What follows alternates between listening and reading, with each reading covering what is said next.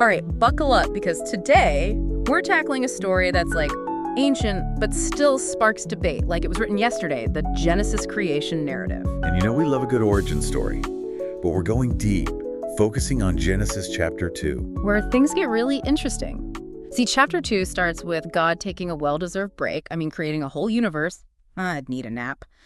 But there he is, resting on the seventh day. It's like the ultimate you do you moment, right? Ugh. But it goes deeper than that. Oh, for sure. That idea of Sabbath, rest, it's not just about a day off. It's built into us, you know? We even call it a holy day. That's how important it is. It's true. We should all treat our weekends like that. Unplug, bless them, the whole 9 yards. Okay, but God's all rested up, right? It's time for Adam to make his grand entrance. And let's be real, it's not the most glamorous debut. Yeah. Dust of the ground. Talk about humble beginning. Straight from dirt. But here comes the goosebump-inducing part. God breathes the breath of life into Adam. Gets me every time. That breath, that's the soul, the spark of being human. It connects us to something bigger, something beyond ourselves. Okay, I'm getting chills just thinking about it. But now, where does Adam get to live? It's not your average neighborhood. We're talking the Garden of Eden. Trees bursting with fruit, rivers of sparkling water, gemstones everywhere. Paradise. It's that innate longing we all have, that harmony with nature. But like any good story, there's a twist. Enter the tree of life and the infamous tree of knowledge of good and evil. Big do not enter sign on that one. Absolutely. God lays down the law. Eat from any tree you want, Adam, but not that one.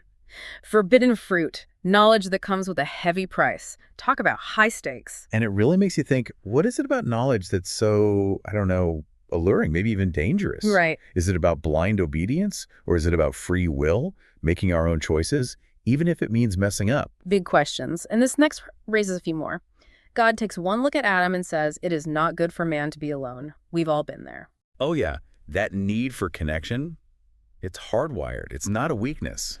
It's part of being human. Totally. So God creates all these animals. Imagine getting to name every single one. But none of them are quite the right fit. You know, there's power in naming something, right? It's like Yeah. defining it, understanding it. But it also shows that God was going for something more here, something deeper than just, oh, look, a cool animal. Definitely. So in walks Eve.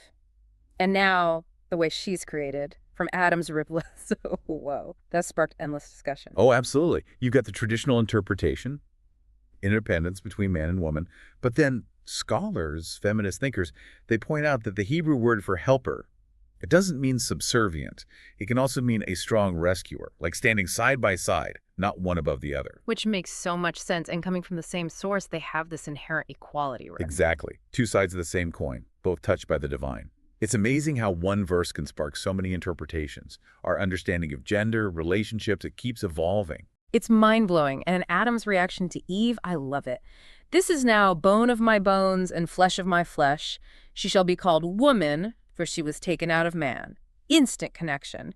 And boom, marriage is right there, two becoming one, woven into the very fabric of the story. They're powerful. We covered a lot of ground: creation, what it means to be human, our connection to something larger, knowledge, the importance of companionship, all in these few verses. It's incredible how these ancient stories still resonate, right?